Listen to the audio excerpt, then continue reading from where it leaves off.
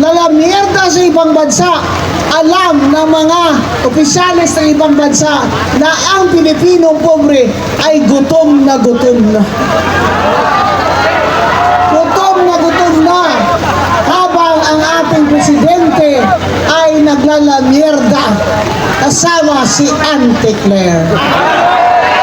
Kung gusto man ni Auntie Claire kasama niya si BBM sa langit, ewan ko lang kung papayag si Lisa Marcos.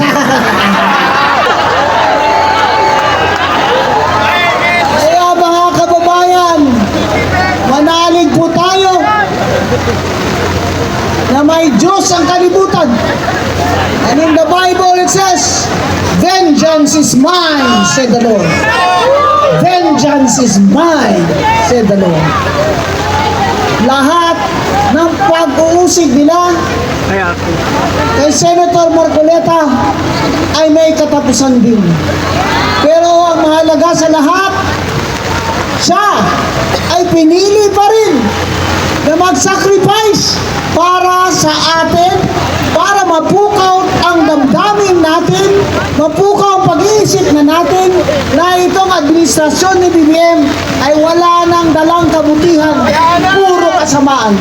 Worse pa ngayon dahil ang plano nila, ipakulong nila lahat ng mga nagsusuporta kay Senator Marcoleta at kay BP Sara. Kaya mga kababayan, maraming salamat. Kahit masama ang panahon ay nandito kayo. Iniwan nyo yung mga bahay nyo, mga anak nyo maliliit, para lang po magkita-kita tayo dito. Huwag po kayong magsasabi